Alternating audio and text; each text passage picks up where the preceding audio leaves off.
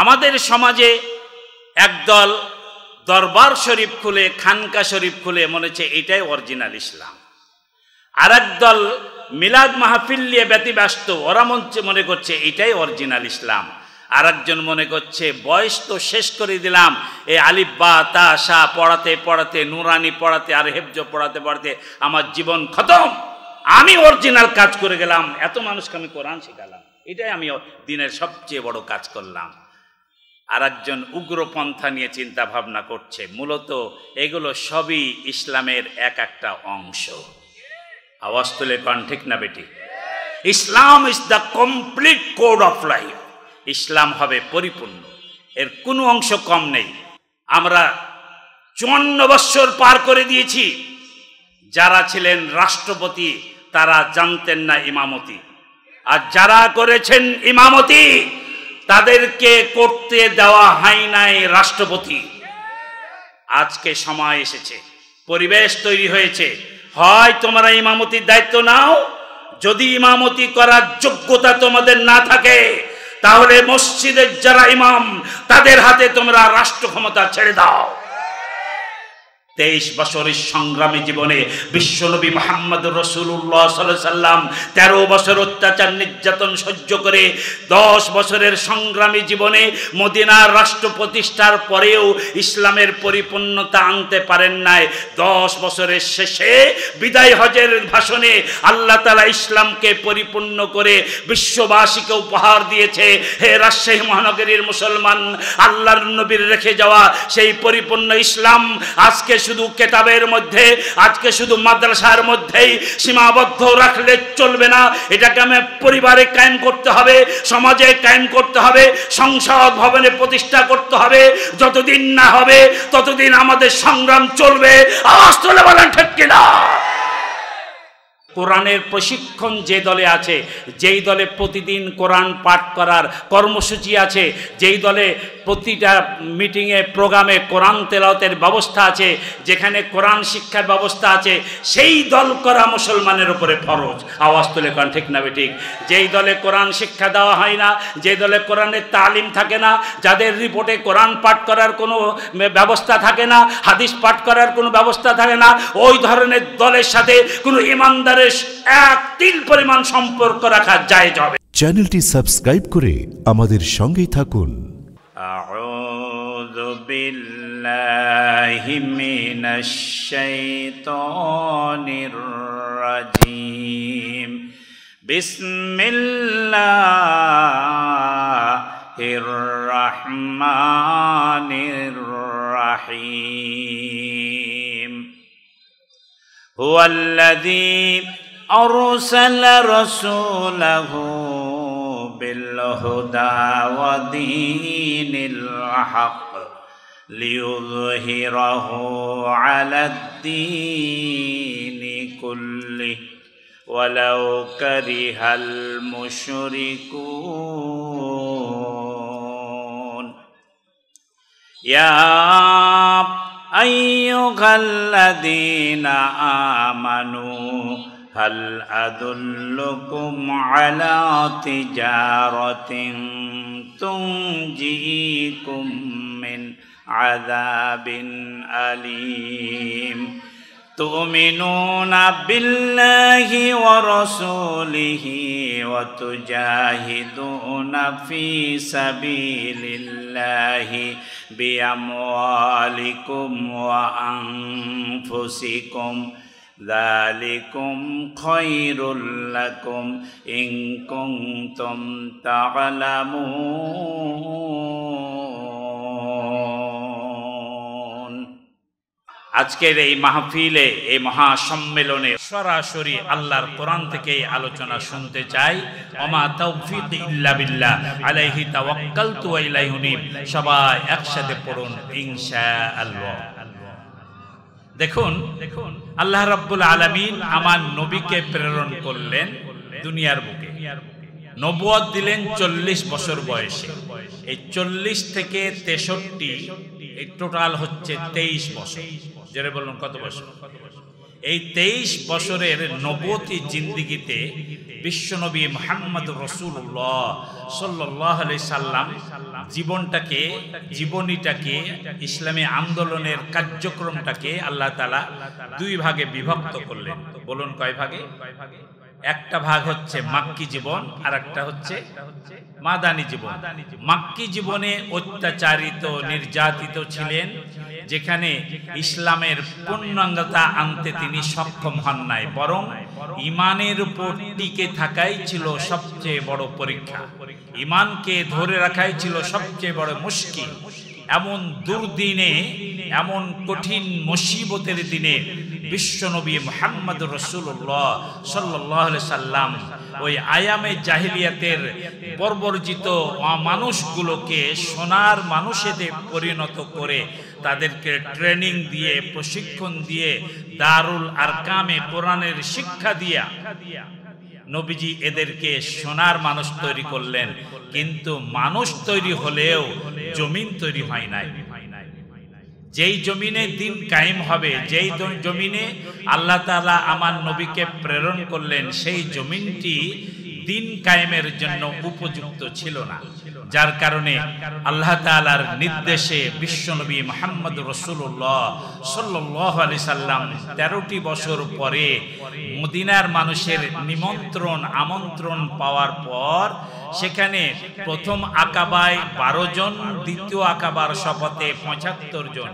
12 আর 75 মোটামুটি 87 জন আগেই মুসলমান হয়ে গেছিল। নবীজি মদিনায় যাবার আগেই 87 জন এই আকাবার শপথে এসে মুসলমান হয়ে তারা মদিনার পরিবেশটাকে পজিটিভ করে তুলল এবং নবীজিকে দাওয়াত করলেন যে, হে নবী, আপনি যদি মক্কা ছেড়ে আমাদের মদিনাতে আগমন করেন তাহলে আমরা আপনার সাথে 3টা চুক্তিবদ্ধ হব। এক, আমাদের আউস, খাজরাজ এবং বনু নাজ্জার, এই 3টা গোত্রের প্রায় 80 থেকে 90% মানুষ আমরা ঈমান এনে মুসলমান হয়ে যাব। জোরে কন্যা সুবহানাল্লাহ। 2 নম্বরে হলো আমাদের মদিনাতে আরো 6টা গোত্র আছে। এদিকে বনু নজির, বনু কুরাইজা, বনু কাইনুকা, আর ওইদিকে আছে বনু গাতফান, বনু হারেসা এবং বনু সালিমা। এই 9টা গোত্র আমরা একত্রিত হয়ে, জোটবদ্ধ হয়ে আপনাকে মদিনার রাষ্ট্রপ্রধান বানায় দেব। সুবহানাল্লাহ। তাহলে মক্কার মানুষ দিন কায়েমের পরিবেশ দেয় নাই, অত্যাচার, নির্যাতন, জুলুম চালিয়েছে। জন্মভূমি হওয়ার পরেও শুধুমাত্র দিন কায়েমের স্বার্থে আল্লাহ নবী এই সোনার মানুষগুলোকে নিয়ে কোথায় চলে আসলেন? সোনার মদিনায় আসলেন।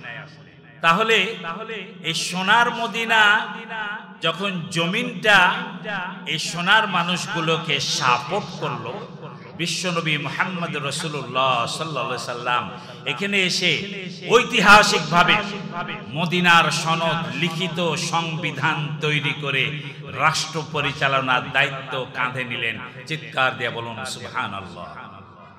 এটা যদি ইতিহাস যদি সত্য হয় তাহলে সেই নবীর আমরা উম্মাত, সেই নবীর রেখে যাওয়া সুন্নত আজকে আমাদের ওপর বর্তাবে কি বর্তাবে না? আওয়াজ তুলুন। অবশ্যই বর্তাবে। অতএব নবীজি যদি দিন কায়েমের জন্য নিজের মাতৃভূমি ত্যাগ করতে পারেন, নিজের বাড়িঘর ত্যাগ করতে পারেন, আজকে দিন কায়েমের জন্য প্রয়োজন হলে আমাদেরকেও আমাদের মাতৃভূমি, জায়গা, জমি, বাড়ি ঘর ত্যাগ করে যেখানে গেলে দিন কায়েম হবে সেখানে গিয়ে দিন কায়েমের জন্য আমাদেরকে আপ্রাণ প্রচেষ্টা চালাতে হবে। এটাই নবীর সবচেয়ে বড় সুন্নত। দুঃখজনক, এই সুন্নতটা আমাদের সমাজে জিন্দা না মরা? বলুন। এই সুন্নতটা আমাদের সমাজে মরা অবস্থায় আছে, জিন্দা অবস্থায় নেই। আমাদের সমাজ ইসলামকে চিনতে ভুল করছে। এক শ্রেণীর মানুষ তারা মনে করছে মসজিদে মসজিদে গিয়ে কিছু ফজিলতের বয়ান করলেই ইসলামের দায়িত্ব পালন শেষ হয়ে গেল। আরেক শ্রেণীর মানুষ মনে করছে আমি একটা হাফেজিয়া মাদ্রাসা খুলবো, একটা নুরানি মাদ্রাসা করব, মসজিদের টাকা পয়সা দিয়ে একটা মসজিদ গড়ে দেব, আমার ইসলামের কাজ শেষ। মসজিদ আর মাদ্রাসা গড়ে মানুষ ধরে নিয়েছে আমি ইসলামের বিশাল কল্যাণ করলাম, উপকার করে দিলাম, এই তো মাদ্রাসা প্রতিষ্ঠা করে ফেলেছি, এই তো মসজিদ তৈরি করে ফেলেছি, আমি বড় দায়ী, আমি দিনের বড় একজন দায়ী হয়ে গেলাম। আরেক দল মানুষ আছে যারা মনে করছে একেবারে সরাসরি বিপ্লব, কোন আইন কানুন আমরা মানি না, কারো কাছে মাথা নত করি না, সবকে মেরে ফেলো, যারা ইসলাম পালন করবে না সবকে খতম করে একেবারে বেদিনদেরকে উৎখাত করে দিয়া সেখানে দিন কায়েম করো। এরা উগ্র চিন্তা ভাবনা নিয়ে সমাজে প্রতিষ্ঠিত হতে চাচ্ছে, তারা ইসলামকে কায়েম করতে চাচ্ছে। আর এক শ্রেণীর মানুষ যারা ইসলামের পরিপূর্ণতা চতুর্মুখী সবগুলোকে সামনে নিয়ে ইসলামটাকে পরিপূর্ণভাবে সমাজে প্রতিষ্ঠা করতে চাচ্ছে। আমরা কাদের সাথে থাকবো? ওই আমি মাঝে মধ্যেই গল্প করি যে 3 অন্ধ হাতি দেখতে গেছে, এখন 3 জনই অন্ধ। তো একজন হাতির নেজ ধরেছে, আর একজন হাতির কান ধরেছে, আর একজন হাতির পা ধরেছে। ধরার পরে 3 জন সেখান থেকে হাতি থেকে ফিরে আসার পর বলছে আচ্ছা বল হাতিটা কেমন? একজন বলছে আমি হাতি খুব নেড়ে চেড়ে দেখলাম, হাতিটা রশির মতো। আরেকজন বলছে না তুই ঠিক দেখিস নাই, আমি অরিজিনাল দেখেছি। বলে কেন? বলে আরে আমি বুকে চেপে ধরেছিলাম, আমি বুকে চেপে ধরে দেখলাম হাতিটা একটা থাম্বার মতো। বলে না তুই ঠিক দেখিস নাই, আমি আসল দেখেছি। বলে কি দেখেছিস? বলে আমি দেখলাম হাতিটা একখান কুলার মতো। 3 জনে লেগেছে গন্ডগোল, খুব তুমুল গন্ডগোল। আচ্ছা বলেন 3 জনে কিছু দেখেছে? ও তো 3 জনই অন্ধ। এক বিজ্ঞ ব্যক্তি রাস্তা দিয়ে যাচ্ছিল, বলে এই কি হচ্ছে তোদের? বলে হুজুর বলেন তো, আমরা 3 জন হাতি দেখে আসলাম। ও বলছে রশির মতো, ই বলছে থাম্বার মতো, আমি বললাম কুলার মতো, কোনটা ঠিক? ওই বিজ্ঞ ব্যক্তিটা চিন্তা ভাবনা করে দেখলো এরা তো 3 জনই অন্ধ, কি দেখেছে? এরা হাতির একজন এক একটা অংশ দেখেছে। যে লেজ ধরেছে তার কাছে মনে হয়েছে হাতিটা রশির মতো, আর যে পা ধরেছে তার কাছে মনে হয়েছে হাতিটা থাম্বার মতো, আর যে হাতির কান ধরেছে তার কাছে মনে হয়েছে হাতিটা কুলোর মতো। বলে যে দেখো তোমরা 3 জনই হাতি দেখেছো, কিন্তু হাতির একটা অংশ দেখেছো। মূলত হাতি হচ্ছে সবগুলোর সমন্বয়ে। তুমি যে থাম্বা দেখেছো এটা হলো হাতির পা, তুমি যে কুলো দেখেছো এটা হাতির কান, আর তুমি যে রশি দেখেছো এটা হাতির লেজ, সব মিলেই হলো হাতি। আমাদের সমাজে একদল দরবার শরীফ খুলে, খানকা শরীফ খুলে মনে হচ্ছে এটাই অরিজিনাল ইসলাম। আর একদল মিলাদ মাহফিল নিয়ে ব্যতিব্যস্ত, ওরা মনে করছে এটাই অরিজিনাল ইসলাম। আর একজন মনে করছে বয়স তো শেষ করে দিলাম, এই আলিফ বা তা সা পড়াতে পড়াতে, নুরানি পড়াতে আর হেফজ পড়াতে পড়াতে আমার জীবন খতম, আমি অরিজিনাল কাজ করে গেলাম, এত মানুষকে আমি কোরআন শিখাবো, এটাই আমি দিনের সবচেয়ে বড় কাজ করলাম। আর একজন উগ্রপন্থা নিয়ে চিন্তা ভাবনা করছে, মূলত এগুলো সবই ইসলামের এক একটা অংশ। আওয়াজ তুলে কোন ঠিক না বেটি? Islam is the complete code of life. ইসলাম হবে পরিপূর্ণ, এর কোনো অংশ কম নেই। এজন্য ইসলামকে পরিপূর্ণভাবে প্রতিষ্ঠা করার জন্য 13 বছর ধরে নবীজি চেষ্টা করেও পারেন নাই। এর পরিপূর্ণতা আনার জন্যই তিনি মক্কা থেকে মদিনায় হিজরত করেছিলেন। আওয়াজ তুলে কোন ঠিক না বেটি? মদিনায় আসলেন, মদিনায় এসে কি শান্তি পেয়েছেন? 10টি বছরে মিনিমাম 40টা যুদ্ধ হয়েছে। 40টা যুদ্ধ হয়েছে। গাজওয়া এবং সারওয়া মিলে বিশ্বনবী মুহাম্মদুর রাসূলুল্লাহ সাল্লাল্লাহু আলাইহি সাল্লাম নিজে 27টি যুদ্ধের সেনাপতির দায়িত্ব পালন করেছেন। সুবহানাল্লাহ বলেন। কয়টা যুদ্ধে গেছেন? মাথায় টুপি দিয়েছেন, মাথায় পাগড়ি দিয়েছেন, বেশ নবীজির সুন্নত, তাই নয় কি? নবীর সুন্নত পালন করছেন, কিন্তু নবীজি হাতে তরবারি ধরে কাফিরের বিরুদ্ধে যুদ্ধ করেছে। আপনি কয়দিন হাতে তরবারি ধরেছেন? এখন তার তরবারির যুগ নাই, যিনি মসজিদে ইমামতি করার যোগ্যতা রাখবেন তিনি পিস্তল রাইফেল চালানোরও যোগ্যতা রাখবেন। কিন্তু ওই বোখাটেরা পিস্তল রাইফেল চালাতে পারে। একজন ইমাম দাঁড়িয়ে এসে বলেন তো হুজুর আমি পারি। রাজশাহী মহানগরীতে কয়জন হুজুর পিস্তল চালাতে জানে? কিন্তু আবার নবী তরবারি চালিয়েছেন, আমার নবী তীর ধনুক দিয়ে তীর চালিয়েছেন। তাহলে নবী যদি তীর চালিয়ে থাকেন, নবীজির যদি তরবারি থাকে, আল্লাহ নবী তীর এবং তরবারি রাখতেন যেখানে ইমামতি করতেন তার পাশে। এজন্য এই জায়গার নাম ছিল মেহরাব। কি নাম বলুন? মেহরাব শব্দের শাব্দিক অর্থ হলো অস্ত্র রাখার জায়গা। তাহলে নবীজি যেখানে ইমামতি করতেন সেখানে অস্ত্র রাখতেন। আমরা তো এখানে শুধু ফাজাইলে কিতাব রাখি। আমরা এখানে তো নবীর সুন্নত পালন করতে পারি না। আমরা টুপির সুন্নত পালন করেছি, পাগড়ির সুন্নত পালন করেছি, কিন্তু নবীজি যে অস্ত্র পাশে রেখে ইমামতি করতেন। কয়জন হুজুরের অস্ত্র আছে? বলে হুজুর অস্ত্র তো বৈধ নাই, এটা তো সরকারের অনুমোদন লাগে। হ্যাঁ, প্রয়োজন হলে ট্রেনিং নেন, প্রয়োজন হলে সরকারের অনুমোদন নেন।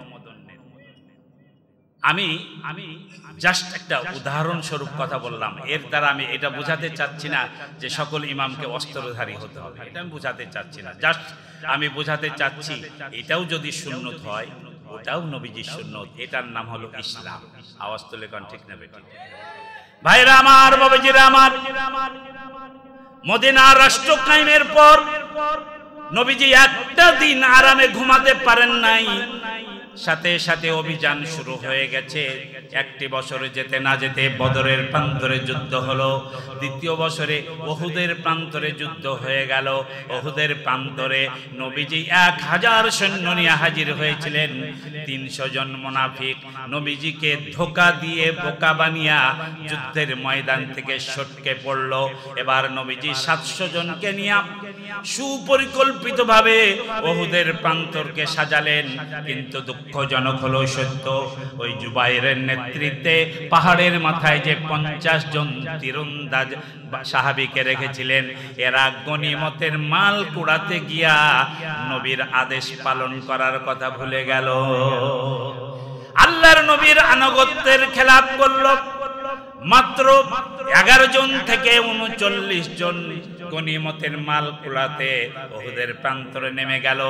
এমন সময় খালিদ বিন ওয়ালিদের নেতৃত্বে একদল ঘোড়সওয়ার ওই পাহাড়ের সুড়ঙ্গ দিয়ে ঢুকে মুসলমানের উপরে আঘাত করল। আল্লাহ নবী আহত হলেন। নবীজি মুখের উপরে পাথর ছুঁড়ে মেরেছে এক কাফের। আমার নবীর ঠোঁটটা কেটে গেল, দাঁত খান ভেঙে গেল, রক্ত দিয়া গোটা দেহটা জর্জরিত হয়ে গেল। আর একজন কাফের এসে তরবারি মেরেছে। নবীজি আপনার বর্ম পড়েছিলেন, লোহার বর্ম বুকে ছিল, মাথায় একটা হেলমেট ছিল, শিরস্থান মাথায় তিনি দিয়েছিলেন। মাথায় হেলমেট, বুকে লৌহ বর্ম আমার নবী যুদ্ধের ময়দানে পরিধান করেছিলেন, যার কারণে তরবারি মারার সময় কাফের গর্দানে মারতে গিয়া মাথায় লেগে গেল। মাথায় লাগার সাথে সাথে হেলমেটটা ছিটকে পড়ে গেল। হেলমেটের এই জায়গায় একটা লোহার আংটা ছিল, এই লোহার আংটাটা আমার নবীর কপালের মধ্যে ঢুকে গেল। নবীজির মাথার মধ্যে লোহার আংটা ঢুকে গেছে। নবীজি চিত হয়ে পড়ে গেছেন। কাফেররা ওহুদের প্রান্তরে খবর দিয়ে দিল কুতিলা মুহাম্মদ, মুহাম্মদ সাল্লাল্লাহু আলাইহি সাল্লাম মারা গেছে। মুসলমানেরা নির্জীব হয়ে গেল। কার জন্য যুদ্ধ করব গো? নবীজি নাই, নবীজি নাই। আবু বকর ওমর বলল, আল্লাহর নবী না থাকতে পারে, দিন আছে যতদিন, আমরা থাকবো ততদিন।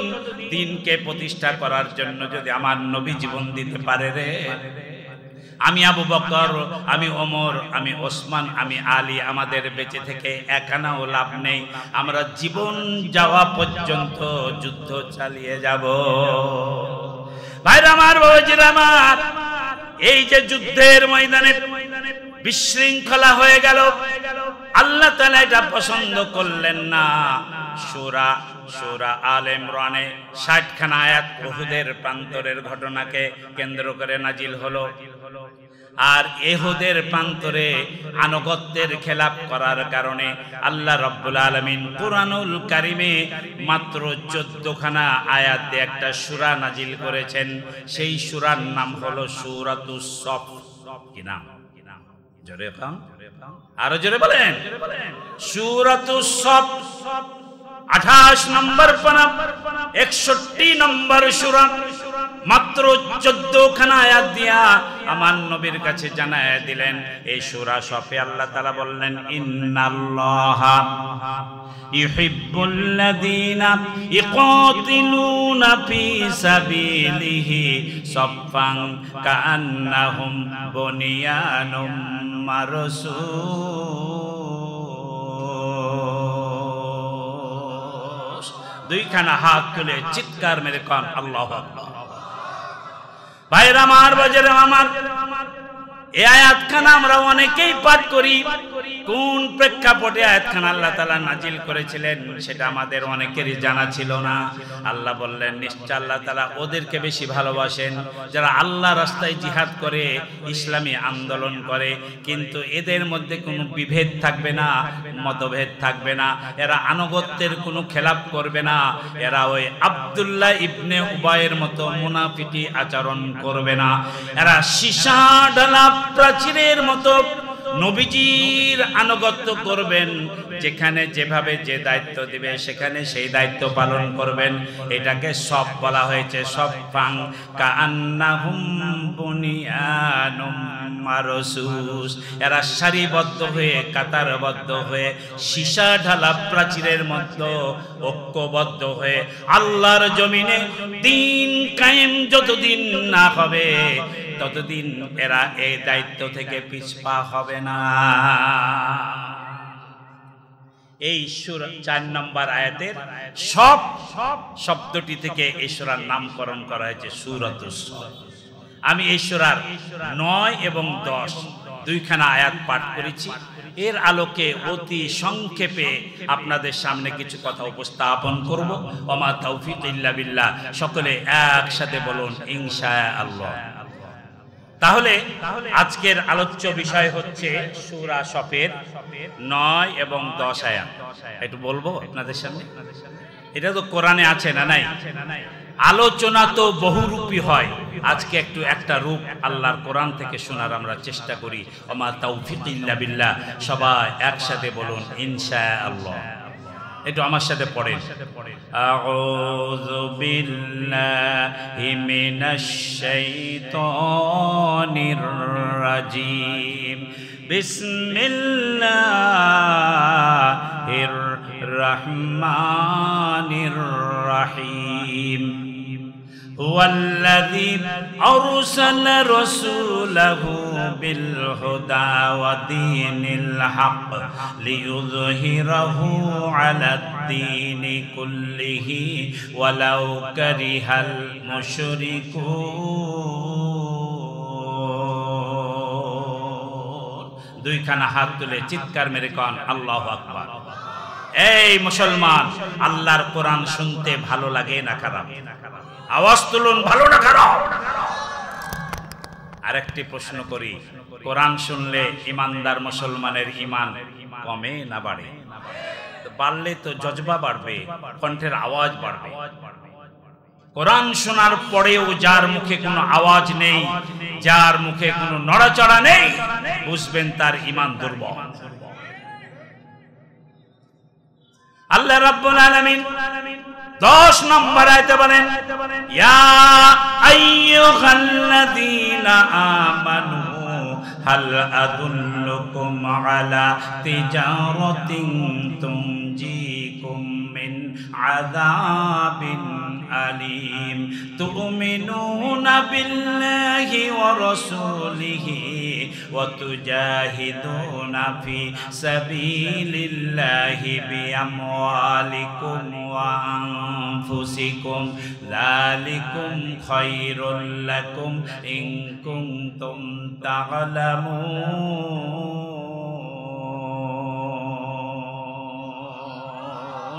ভাইরা আমার, বাবাজিরা আমার, উহুদের প্রান্তরে আল্লাহর নবীর আনুগত্য খেলাফ করার কারণে নবীজি আহত হয়েছিলেন। 70 জন সাহাবী শাহাদাত বরণ করেছিল। আমির হামজা সহ বিশিষ্ট অনেকগুলো সাহাবী শাহাদাত বরণ করেছিলেন। সেই ঘটনাকে কেন্দ্র করে আল্লাহ তাআলা সাহাবীদেরকে ঈমানের পর বলিয়ান হওয়ার জন্য নবীর আগমনের উদ্দেশ্য ক্লিয়ার করে দিয়ে বললেন, হুয়াল্লাযী আরসালা রাসূলাহু বিল হুদা ওয়া দীনিল হক।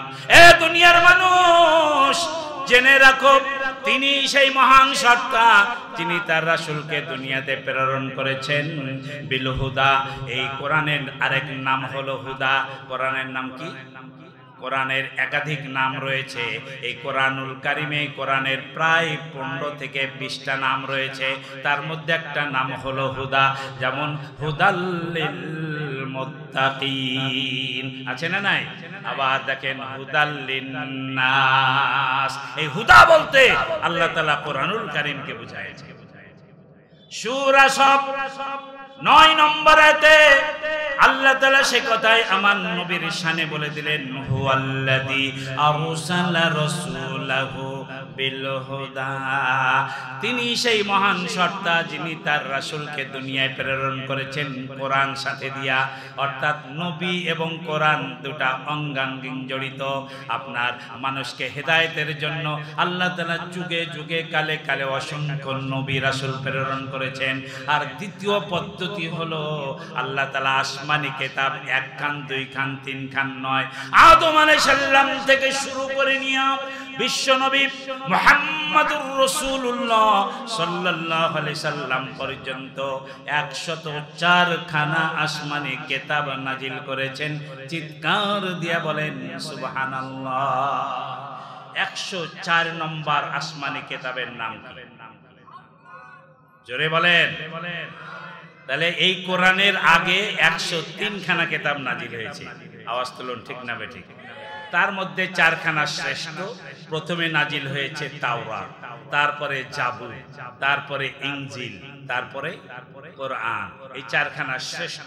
আর এই কোরআন হলো ওই 103 খানা আসমানি কিতাবের সত্যতা প্রমাণকারী। সুবহানাল্লাহ বলেন, জোরে কন্যা সুবহানাল্লাহ। ভাইরা আমার, বাবাজিরা আমার, আল্লাহ তাআলা বলেন নবীজিকে আমি পাঠাইলাম দুনিয়ার বুকে বিল হুদা, কোরআন দিয়া।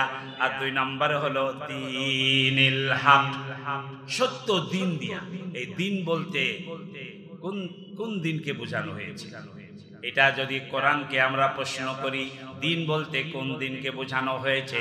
কোরআনুল কারিমের শেষ আয়াত আপনার নবীজির বিদায় হজে জাবালে রহমতে বিদায় ভাষণ প্রদানের সময় হযরত জিবরিল আলাইহিস সালাম এসে আমার নবীকে দিনের সুন্দর ব্যাখ্যা করে দিয়ে বললেন, আল ইয়াউমা আকমালতু লাকুম দীনাকুম ওয়া আতমামতু আলাইকুম নি'মাতি ওয়া রাদিতু লাকুমুল ইসলাম দিনা। ওগো নবী, 13 বছর মক্কায়, 10 বছর মদিনায়, 23 বছর সংগ্রামী জীবনে আপনি যেই দিন কায়েমের দায়িত্ব পালন করেছেন, সেই দিনের নাম হলো ইসলাম। জোরে কোন সুবহানাল্লাহ। তাহলে দীনুল হক, এই দীনুল হক বলতে ইসলামকে বোঝানো হয়েছে। জোরে কোন ঠিক না বেঠিক? আর এটাকে পরিপূর্ণতা দিলেন 23 বছরের সংগ্রামী জীবনের শেষে বিদায় হজের ভাষণের পরে জিবরাইল সূরা মাইদা 3 নম্বর আয়াতে বললেন, আজকের দিনে আপনার জন্য আল্লাহর যত নিয়ামত সব পরিপূর্ণ করে দেওয়া হয়েছে। আর ইসলামকে পূর্ণাঙ্গ জীবন বিধান হিসাবে আল্লাহ তাআলা মানব জাতির জন্য মনোনয়ন প্রদান করেছেন। জোরে কোন সুবহানাল্লাহ। তাহলে Islam is the complete code of life. মানব জীবনের এমন কোন দিক, এমন কোন বিভাগ নেই যা ইসলামে নাই। আল্লাহর নবী বিশ্ব নবী মুহাম্মদ রাসূলুল্লাহ সাল্লাল্লাহু আলাইহি সাল্লাম একদিকে তিনি করেছেন মসজিদে ইমামতি, আরেকদিকে তিনি ছিলেন মদিনার রাষ্ট্রপতি। যদি কথাটা সঠিক হয়ে থাকে আওয়াজ তুলুন, ঠিক না বেঠিক?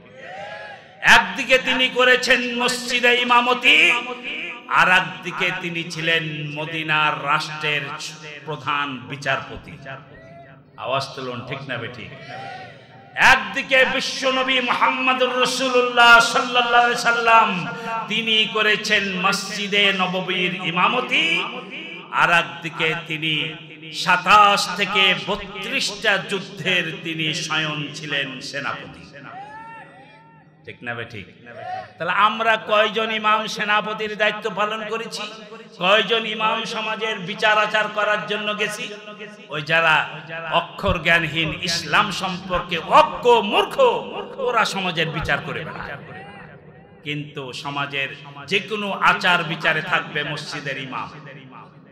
মসজিদের ইমামের কোনো খবর নাই। আমরা সামাজিক, রাষ্ট্রীয়, অর্থনৈতিক কোন দিক থেকে পরিপূর্ণতা আনতে পারি নাই, শুধুমাত্র ইমামতির যোগ্যতা অর্জন করেছি। তাহলে ইমাম হবেন শুধু মসজিদের ইমাম নন, তিনি হবেন পরিবারের ইমাম, তিনি হবেন সমাজের ইমাম, যিনি হবেন রাষ্ট্রপতি তিনি হবেন বাইতুল মুকাররমে, তিনি করবেন ইমামতি। যিনি বাইতুল মুকাররম জাতীয় মসজিদের খতিব হবেন, ইমাম হবেন, তাকেই বানাতে হবে আমাদের রাষ্ট্রের প্রধান রাষ্ট্রপতি। এর নাম হলো ইসলাম। আমরা 54 বছর পার করে দিয়েছি। যারা ছিলেন রাষ্ট্রপতি তারা জানতেন না ইমামতি, আর যারা করেছেন ইমামতি তাদেরকে করতে দেওয়া হয় নাই রাষ্ট্রপতি। আজকে সময় এসেছে, পরিবেশ তৈরি হয়েছে, হয় তোমরা ইমামতির দায়িত্ব নাও, যদি ইমামতি করার যোগ্যতা তোমাদের না থাকে তাহলে মসজিদের যারা ইমাম তাদের হাতে তোমরা রাষ্ট্র ক্ষমতা ছেড়ে দাও। দেখো আমরা পারি কি না, কি বলেন? একবার দেখা দরকার আছে না নাই? সবাইকেই দেখলাম 54 বছর ধরে, একবার পাগড়িওয়ালা টুপিওয়ালাকে দেখেন দেশটা কিভাবে চালাতে হয় আল্লাহর নবীর সুন্নতি কায়দা দিয়ে, সুশৃঙ্খল ভাবে সকল দুর্নীতি আর বৈষম্য দূরীকরণ করে প্রত্যেকটি মানুষের ন্যায্য অধিকার প্রতিষ্ঠার জন্য আল্লাহর নবী রেখে গেছেন বিল হুদা ওয়া দীনিল হক। আওয়াজ তুলুন, আওয়াজ তুলুন, ঠিক না ঠিক? আল্লাহ রাব্বুল আলামিন বলেন, নবী গো আপনার একটা দায়িত্ব দিলাম, এই দায়িত্ব ইমামতির দায়িত্ব নয়, এই দায়িত্ব শুধু মাদ্রাসা গড়ে মাদ্রাসার ছাত্রদেরকে কোরআন শিক্ষা দিবেন, এটাই শুধু আপনার দায়িত্ব নয়। আপনাকে মানুষের দ্বারে দ্বারে আপনাকে শুধু বয়ান করে বেড়াতে হবে, এটাই শুধু দায়িত্ব নয়। আমি আপনাকে পৃথিবীর বুকে সর্বশ্রেষ্ঠ একটা দায়িত্ব দিলাম, এটা হলো আপনার দায়িত্ব। আর আপনার যারা প্রকৃত উম্মত হতে চায়, যারা আপনাকে অনুসরণ করতে চায়, আপনার উম্মতরে হবে, এটাই সবচেয়ে বড় দায়িত্ব। সেটা আল্লাহ তাআলা সূরা সফের 9 নম্বর আয়াতে প্রকাশ করেছেন। আজকে আপনাদের সামনে আল্লাহর দেওয়া সেই মহান দায়িত্ব, আমার নবীর উপরে যেটা দেওয়া ছিল, সেটা আজকে আমি আপনাদের সামনে বলবো না রেখে দেব? আওয়াজ তোলেন, আছেন তো আমার সাথে? কতক্ষণ? দিন কায়েম না হবে যতক্ষণ। আওয়াজ তুলুন, ঠিক না ঠিক? আল্লাহ রাব্বুল আলামিন বলেন, ওগো নবী আপনাকে আমি দুনিয়ার বুকে প্রেরণ করলাম বিল হুদা ওয়া দীনিল হক, দুইটা অস্ত্র দিয়েছি, একটা হলো কোরআন আর একটা হলো ইসলাম। এই দুইটা অস্ত্র দিয়ে আপনার দায়িত্ব হলো লিউযহিরাহু আলাদ-দীনি কুল্লিহি ওয়ালাউ কারিহাল মুশরিকুন।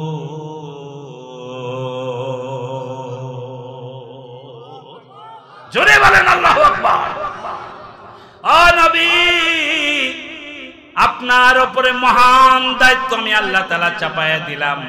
দুনিয়ার বুকে যত মানব রচিত মতবাদ রয়েছে, যত রকমের নীতিমালা রয়েছে, যতগুলো আকীদা আছে, আর যত বিদআতি শিরকি কার্যক্রম সমাজে সুপ্রতিষ্ঠিত আছে, সবগুলোকে মূলোৎপাটন করে দিয়া তদস্থলে আপনাকে আমার দেওয়া দিন, আমার দেওয়া জীবন বিধান ইসলামকে সুপ্রতিষ্ঠিত করতে হবে। এইটা এটা করতে গিয়া ওই সব চাঁদাবাজেরা, ওই সব চাঁদাখোরেরা, ওই সব নোংরা কাজের সাথে, জেনা ব্যভিচার মদ জুয়া খারাপ কাজের সাথে জড়িত ওই সব নোংরা মানুষগুলোর গায়ে যতই জ্বালাতন হোক, ওদের গায়ে যতই জ্বালাতন হোক, ওরা জ্বলে পুড়ে ছাই হয়ে যাক, তারপরেও আপনাকে আমার জমিনে আমার দিন কায়েম করেই ছাড়তে হবে। এটাই আপনার সবচেয়ে বড় দায়িত্ব। 23 বছরের সংগ্রামী জীবনে বিশ্বনবী মুহাম্মদ রাসূলুল্লাহ সাল্লাল্লাহু আলাইহি সাল্লাম 13 বছর অত্যাচার নির্যাতন সহ্য করে 10 বছরের সংগ্রামী জীবনে মদিনার রাষ্ট্র প্রতিষ্ঠার পরেও ইসলামের পরিপূর্ণতা আনতে পারেন নাই। 10 বছরের শেষে বিদায় হজের ভাষণে আল্লাহ তাআলা ইসলামকে পরিপূর্ণ করে বিশ্ববাসীকে উপহার দিয়েছে। হে রাজশাহী মহানগরীর মুসলমান, আল্লাহর নবীর রেখে যাওয়া সেই পরিপূর্ণ ইসলাম আজকে শুধু কিতাবের মধ্যে, আজকে শুধু মাদ্রাসার মধ্যেই সীমাবদ্ধ রাখলে চলবে না। এটাকে আমি পরিবারে কায়েম করতে হবে, সমাজে কায়েম করতে হবে, সংসদ ভবনে প্রতিষ্ঠা করতে হবে। যতদিন না হবে ততদিন আমাদের সংগ্রাম চলবে। আওয়াজ তুলে বলেন ঠিক কিনা? এটাই হচ্ছে নবীর সুন্নত, আমার সুন্নত নয়, আপনার সুন্নত নয়, বিশ্ব নবীর সুন্নত। নবীর সুন্নত যদি মাথায় টুপি দেওয়া হয়, নবীর সুন্নত যদি পাগড়ি হয়, তাহলে দিন কায়েম করা কার সুন্নত? জোরে বলেন, বলেন কোথায় আছে? দেখে যান সূরা সফের 7 নম্বর আর 9 নম্বর আয়াতে আল্লাহ বলে দিয়েছে। আওয়াজ তুলুন ঠিক না বেঠিক? এই দিন কায়েমের কথা এই আয়াতখান আল্লাহ তাআলা কুরআনুল কারীমে 3 জায়গায় বলেছেন। সূরা তওবার 33 নম্বর আয়াতে একই আয়াত বলেন, হুয়াল্লাযী আরসালা রাসূলাহু বিল হুদা ওয়া দীনিল হক লিইয়ুযহিরাহু আলাদ দীনি কুল্লিহি ওয়ালাউ কারিহাল মুশরিকুন।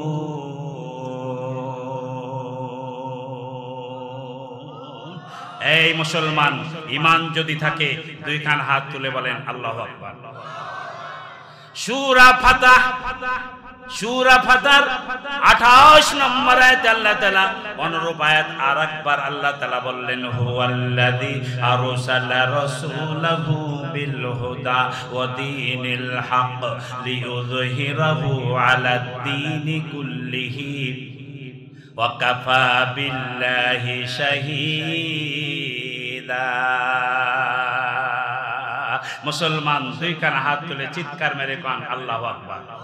ঘুমায়ে কাজা করেছো ফজর, তখনও জাগনি যখনও জোহর, হেলায় খেলায় কেটেছে আসর, মাগরিবের ওই শুনিয়া যান, জামাতে শামিল হও রে সাথে, জামাতে শামিল হই রে সাথে, এখনো জামাতে আছে স্থান, বাজিছে দামামা বাদরে মামা, শির উঁচু করি মুসলমান। ভাইরা আমার, বাবাজিরা আমার, আল্লাহ রাব্বুল আলামিন একই আয়াত কুরআনুল কারীমে 1 বার নয়, 2 বার নয়, 3 বার একই কথা বারবার বলে বিশ্ববাসীকে জানায় দিয়েছেন, ওরে মুসলমান, তোমরা নবীর উম্মত যদি হতে চাও, নবীর সুন্নত ধারণ করো।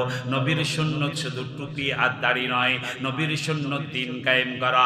আর এই দিন কায়েমের কাজ যারা করবে তারাই হবে নবীজির উম্মত। আর যারা নবীর উম্মত হবে, কিয়ামতের মাঠে মুসিবতের দিনে ওই ব্যক্তিকে সাথে নিয়ে নবীজি জান্নাতে চলে যাবে। মান আহাব্বা সুন্নতি ফাকাদ আহাব্বানি ওয়া মান আহাব্বানি কানা মাইয়া ফিল জান্নাহ। নবীজি বলেছেন, কেউ যদি আমার একটা সুন্নতকে মহব্বত করে, সেজন্য আমি রাসূলকে মহব্বত করলো। আর আমি রাসূলের মহব্বত যার অন্তরে পয়দা হবে, কিয়ামতের মাঠে মুসিবতের দিনে ওই ব্যক্তিকে সাথে না নেওয়া পর্যন্ত আমি নবী জান্নাতে যাব না। আমি রাজশাহী মহানগরীর ইসলাম প্রিয় জনতার কাছে জানতে চাই, আল্লাহ নবীর সাথে জান্নাতে যাবার ইচ্ছে আপনাদের আছে কি? 2 খানা হাত নিয়ে বলেন আছে, আওয়াজ তুলে বলেন আছে। তাহলে নবীর সুন্নত কায়েম করতে হবে। আর নবীজির সুন্নতের সেরা সুন্নত হচ্ছে জমিনে দিন কায়েম করা। আওয়াজ তুলুন ঠিক না বেঠিক? এই দিন কায়েমের সুন্নত যার মধ্যে নেই, অন্য কোন সুন্নত কাজে লাগবে না। এজন্য আল্লাহ তাআলা বললেন, ইয়া আইয়ুহাল্লাযীনা আমানু হাল আদুল্লুকুম আলা তিজারাতিন তুনজিকুম মিন আযাবিন আলীম তুমিনুনা বিল্লাহি ওয়া রাসূলিহি ওয়া তুজাহিদুনা ফি সাবিলিল্লাহি বিআমওয়ালিকুম ওয়া আনফুসিকুম যালিকুম খায়রুল লাকুম ইন কুনতুম তা'লামুন।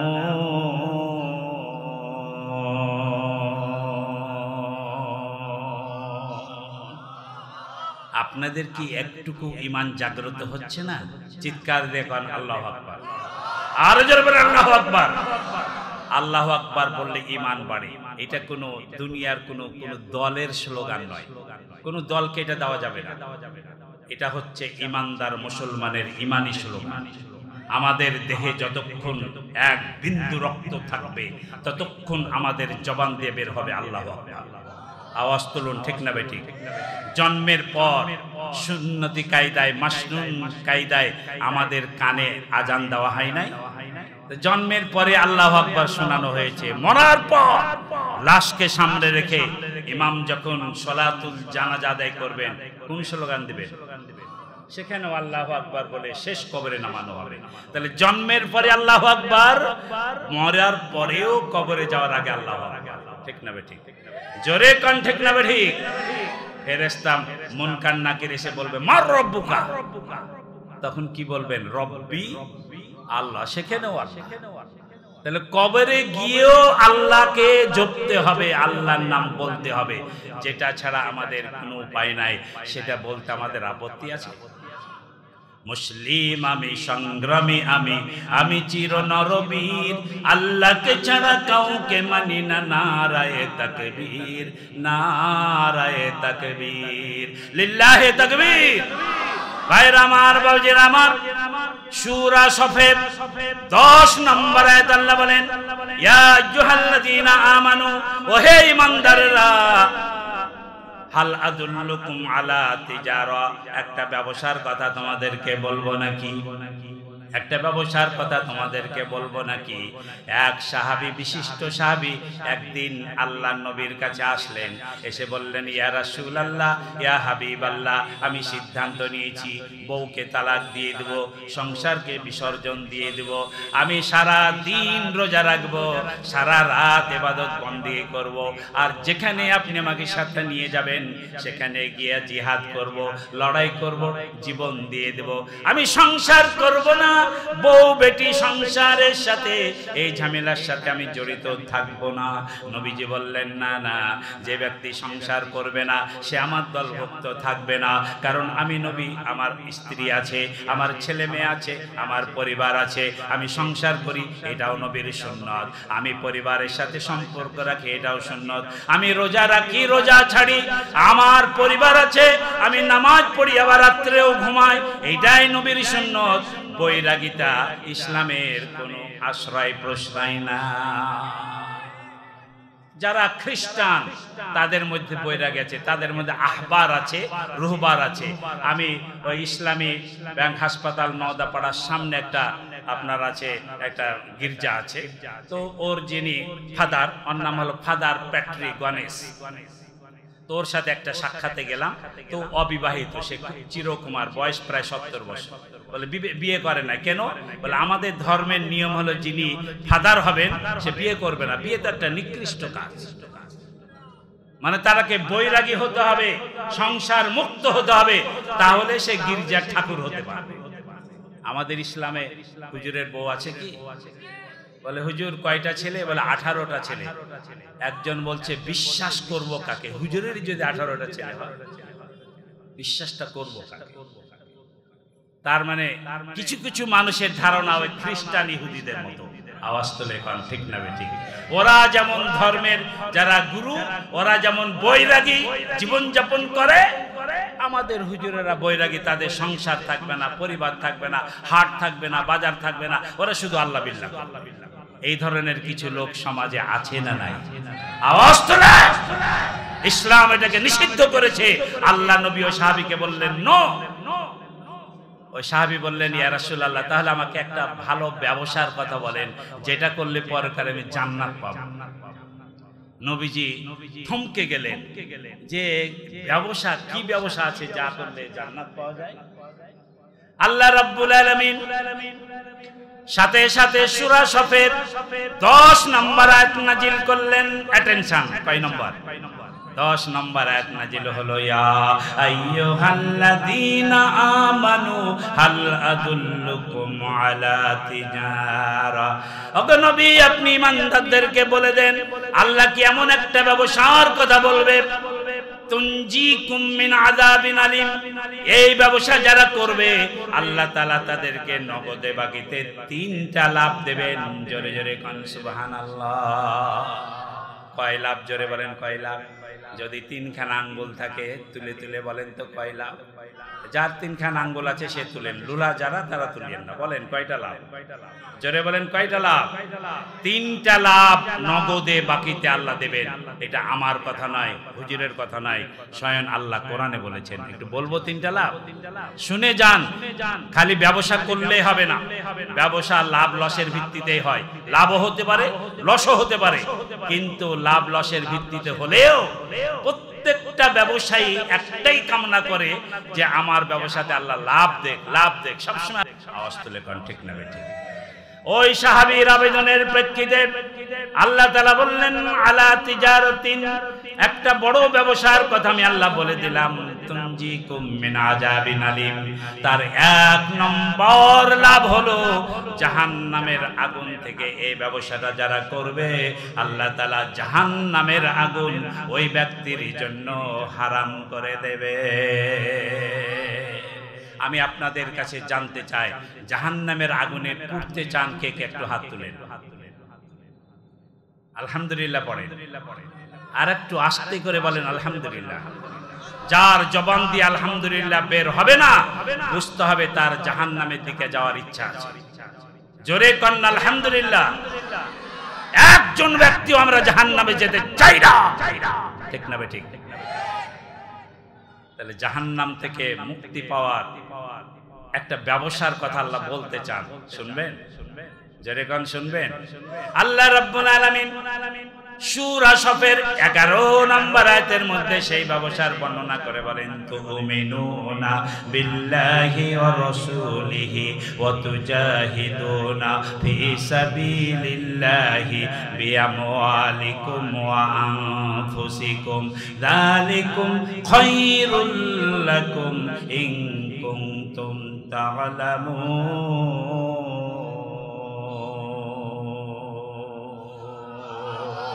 দুইখানা হাত তুলে চিৎকার মেরে কান আল্লাহু আকবার। ভাইরা আমার, বাবাজিরা আমার, একটা ব্যবসা করতে হলে কমপক্ষে 3টা জিনিস দরকার। যেটা বলেন কয়টা? 1 নম্বরে হলো পুঁজি, ঠিক না ঠিক? ব্যবসা করতে গেলে পুঁজি লাগবে। 2 নম্বরে হলো অভিজ্ঞতা, যোগ্যতা, দক্ষতা। আপনার যদি ব্যবসার যোগ্যতা দক্ষতা না থাকে, পুঁজি থাকলেও ব্যবসা করতে পারবেন না, ওখানে গিয়ে ঠকে যাবেন, ওখানে গিয়ে আপনি হেরে যাবেন। অন্য ব্যবসায়ীরা আপনার ওপর আপনাকে উপেক্ষা করে তারা লাভ করে ফেলবে, কারণ ব্যবসার কিছু কোয়ালিটি আছে, যোগ্যতা আছে, কিছু কলা কৌশল আছে। ব্যবসা সম্পর্কে সঠিক কলা কৌশল না জানলে ওই ব্যবসা টিকবে না। আওয়াজ তুলে কোন ঠিক না বেঠিক? তাহলে 1 নম্বরে কি বলুন? পুঁজি। 2 নম্বরে অভিজ্ঞতা, আর 3 নম্বরে এই ব্যবসা করার জন্য আপনি তো একাই পারবেন না, আপনাকে কিছু লোকের সাথে সম্পর্ক করতে হবে। আপনার শেয়ারদার হতে পারে, আপনার ডিলার হতে পারে, আপনার মার্কেটিং অফিসার হতে পারে, আপনার সেলসম্যান হতে পারে, আপনার দোকান হতে পারে, আপনার কর্মচারী হতে পারে, আপনার কর্মকর্তা হতে পারে। এককভাবে একাই সব কিছু করবেন এটা মানুষের পক্ষে সম্ভব নয়। তাহলে কিছু লোককে সাথে নিতে হবে যারা আপনার ব্যবসার বিভিন্ন কাজে আপনাকে সহযোগিতা করবে। তাহলে কয়টা জিনিস দরকার হলো? 1 নম্বরে পুঁজি, 2 নম্বরে অভিজ্ঞতা, 3 নম্বরে কিছু লোকের সহযোগিতা। সহযোগিতা ছাড়া একটা মানুষও একাই কোনো ব্যবসা করতে পারে না। আল্লাহ রাব্বুল আলামিন তিনটা লাভ দিতে চেয়েছেন, আর এই তিনটা লাভ পাওয়ার জন্য তিনটা ব্যবসার তিনটা শর্ত আল্লাহ তাআলা দিয়েছেন। এক নম্বরে শর্ত হলো তুমিনুনা বিল্লাহ, এক আল্লাহ বিশ্বাসী হতে হবে, আল্লাহর উপর তাওয়াক্কুল, আল্লাহর উপর ভরসা পরিপূর্ণ রাখতে হবে। আল্লাহর উপর তাওয়াক্কুল ভরসা যার পরিপূর্ণ হবে সে তার ব্যবসাতে লাভবান হবে। আর যার মধ্যে দনমন থাকবে, যার মধ্যে দ্বিধা বিভক্তি থাকবে, ওই ব্যক্তি পদে পদে ক্ষতিগ্রস্ত হয়ে যাবে। দুই নম্বরে হলো তুমিনুনা বিল্লাহি ওয়া রাসূলিহি, নবীর অনুসরণ করা লাগবে। অনেকে বলেন নবীকে মানব না, আল্লাহর সব কিছু করব, কোরআন অনুযায়ী চলবো, হাদিস মানব না। সে ব্যক্তি কোনোদিন সঠিক পথ পাবে না, কারণ আল্লাহর দেওয়া বিধানগুলোকে বাস্তবে রূপান্তরিত করেছেন বিশ্বজাহানের নবী মুহাম্মদুর রাসূলুল্লাহ সাল্লাল্লাহু আলাইহি সাল্লাম। অতএব কেউ যদি আল্লাহকে পেতে চায় তাহলে অবশ্যই আল্লাহর নবীর তাকে অনুসরণ করা লাগবে। আওয়াজ তুলে বলুন ঠিক কিনা? সূরা হাশরের 7 নম্বর আয়াতে বলেন, মা তাকুমুর রাসূল ফাকুজুহু ওয়া মা নাহাকুম আনহু ফান্তাহু। আমার নবী যা যা করেছে তোমরা তা তা করবে, আমার নবী যেটা করে নাই তোমরা তা করবে না। তাহলে নবীর জীবনী সম্পর্কে আমাদেরকে পরিপূর্ণ জ্ঞান রাখা লাগবে। নবীর 23 বছরের আপনার জন্মের দিকেও বাদ দেন, শেষের গুলো বাদ দেন, কমপক্ষে 23 বছরের নবুয়তি জিন্দেগিটা প্রত্যেক মুসলমানকে জানা অপরিহার্য, ফরজ কাজ। কারণ নবীকে অনুসরণ করতে হলে নবীর জীবন জানতে হবে। আওয়াজ তুলে কোন ঠিক না বেটি? ওয়াজ শুনে শুনে যতটুকু আমরা জেনেছি, কয়জন নবীর সিরাত পাঠ করেছি? দেখা যাবে 1000 মুসলমানের মধ্যে 10 জন মুসলমান খুঁজে পাওয়া যাবে না যে নবীজির 23 বছরের নবুয়তি জিন্দেগি পরিপূর্ণভাবে পাঠ করেছে। যদি নবীর সুন্নত মানতে চান, নবীকে অনুসরণ করতে চান, অবশ্যই নবীর সিরাত পাঠ করতে হবে। জোরে কান ঠিক না বেটা? তাহলে 2 নম্বর পুঁজি হচ্ছে আল্লাহর নবীকে অনুসরণ করতে হবে। মাইয়ুতির রাসূল ফাকাদ আতা আল্লাহ। আল্লাহ তাআলা শর্ত দিলেন যে আমার নবীকে আনুগত্য করবে, আমার নবীর অনুকরণ করবে, নবীর অনুসরণ করবে। সেজন্য আমি আল্লাহর আনুগত্য করলো, আমি আল্লাহকেই মেনে নিব। তাহলে আল্লাহকে পেতে হলে অবশ্যই আমাদেরকে নবীর অনুসরণ করতে হবে। আওয়াজ তুলে কোন ঠিক না বেঠি? আমরা দুঃখজনক হলো সত্য, নবীর সুন্নতগুলোকে একজন এক একটা অংশ ধরে টানাটানি করছে। কেউ পাগড়ি নিয়ে ব্যস্ত, কেউ টুপি নিয়ে ব্যস্ত, কেউ দাড়ি নিয়ে ব্যস্ত, কেউ মাদ্রাসা নিয়ে ব্যস্ত, কেউ তাবলীগ নিয়ে ব্যস্ত, কেউ জিহাদ নিয়ে ব্যস্ত, একজন এক একটা নিয়ে ব্যস্ত। কিন্তু আমাদেরকে জানা উচিত আল্লাহ নবীর সম্পূর্ণ জীবনী হচ্ছে, তিনি একদিকে যেমন তাবলীগের কাজ করেছেন, আরেকদিকে তিনি মসজিদে ইমামতি করেছেন, আরেকদিকে দারুল আরকামে কোরআন শিক্ষার মাদ্রাসা করেছেন, আরেকদিকে তিনি জিহাদের মধ্যে সেনাপতির দায়িত্ব পালন করেছেন, আরেকদিকে সমাজে তিনি বিচারপতির দায়িত্ব পালন করেছেন, আরেকদিকে সোনার মদিনার তিনি রাষ্ট্রপতি হিসেবে দায়িত্ব পালন করে বিশ্ববাসীকে চমক লাগাই দিয়েছেন। এটা হলো নবীর সুন্নাত। আওয়াজ তুলে কোন ঠিক না বেটি? 1 নম্বর হলো আল্লাহর উপরে বিশ্বাস, 2 নম্বর নবীর অনুসরণ, 3 নম্বর পুঁজির কথা আল্লাহ তাআলা সূরা সফের 11 নম্বর আয়াতে বলেন, ওয়াতুজাহিদুনা ফি সাবিলিল্লাহি বিআমওয়ালিকুম ওয়া আনফুসিকুম। তোমার জান, তোমার মাল দিয়া আল্লাহর রাস্তায় জিহাদ করতে হবে। জিহাদ মানে আমরা মনে করি মারামারি লাঠালাঠি, না না না, জিহাদ মানে মারামারি লাঠালাঠি না। কোরআনুল কারিমে একবার নয় একাধিকবার আল্লাহ তাআলা জিহাদের কথা বলেছেন।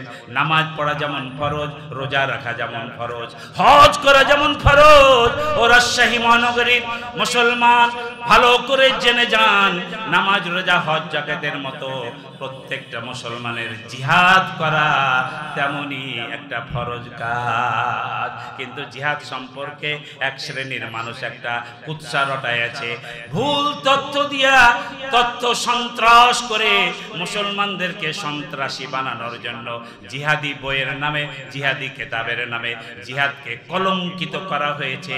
প্রকৃতপক্ষে জিহাদ কিন্তু ওরা যেভাবে অপব্যাখ্যা করেছে সেটার নাম জিহাদ নয়। আওয়াজ তুলে কোন ঠিক না ঠিক? তাহলে জিহাদ কোরআনে একবার দুইবার তিনবার নয়, এটা ঈমানের একটা বড় অংশ। আপনাকে পরকালে জাহান্নাম থেকে মুক্তি পেতে হলে, প্রকৃতভাবে আল্লাহর জান্নাতে যেতে হলে আল্লাহর উপরে যেমন বিশ্বাস রাখতে হবে, নবীজির যেমন অনুসরণ করতে হবে, ঠিক তেমনি ভাবে জিহাদের ময়দানে আপনাকে আমাকে অংশগ্রহণ করতে হবে। জিহাদ বিনিময়ে, জিহাদ ছাড়া কোনোদিন কেউ জান্নাতে যেতে পারবে না। জিহাদ মানে কি? জিহাদ মানে প্রাণান্তর প্রচেষ্টা চালান, যে কোনো কাজকে বাস্তবায়ন করার জন্য আপ্রাণ প্রচেষ্টা চালার নাম হলো জিহাদ। আর জিহাদের এক নম্বর কাজ হচ্ছে নিজের নাফসের বিরুদ্ধে জিহাদ। নিজের নাফসের বিরুদ্ধে যে জিহাদ করবে সেই হলো প্রকৃত জিহাদ। জিহাদ সবচেয়ে আল মুজাহিদু মান জাহাদা নাফসাহু ফি ইতাআতিল্লাহ, আল্লাহর আনুগত্য করার জন্য নিজের নাফসের বিরুদ্ধে সংগ্রাম করাই হচ্ছে একজন মুজাহিদের সবচেয়ে বড় জিহাদ। আল্লাহ রাব্বুল আলামিন সূরা ফুরকানের 52 নম্বর আয়াতে বলেন, ফালা তুতিল কাফিরিনা ওয়াজাহিদুহুম জিহাদান কাবীরা। কাফেরদের বিরুদ্ধে, অন্যায়ের বিরুদ্ধে নিজেকে প্রস্তুত রাখা, সবসময় অটল থাকা, অবিচল থাকা, এই কাজের উপরে যারা থাকবে এটাই হলো মানুষের জীবনে সবচেয়ে বড় জিহাদ। জোরে জোরে কান সুবহানাল্লাহ। ন্যায়ের উপর প্রতিষ্ঠিত থাকা, অন্যায়ের কাছে মাথা নত না করা, এটা হলো সবচেয়ে বড় জিহাদ। আর এই তিনটা কাজ যারা করবে তারা হলো একামতের দিনের কাজ করবে। আর যারা একামতের দিনের কাজ করবে তাদের উদ্দেশ্যে আল্লাহ রাব্বুল আলামিন আমাদেরকে নসিহত করেছেন।